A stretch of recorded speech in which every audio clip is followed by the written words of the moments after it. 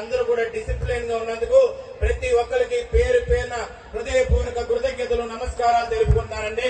ఎప్పుడు కూడా చరిత్రలో లేని విధంగా 100 సంవత్సరాలు 200 సంవత్సరాల నుంచి కూడా ఈ జాతర ముందుకు వస్తుంది.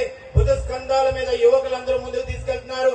మేము అమెరికాలో చదువుకున్నా, లండన్ లో చదువుకున్నా, ఎవరు ఏమైనా కానీ ఈ జాతర అనేది ఎప్పటి నుంచో సాంప్రదాయంగా ముందుకు వస్తుంది. కాబట్టి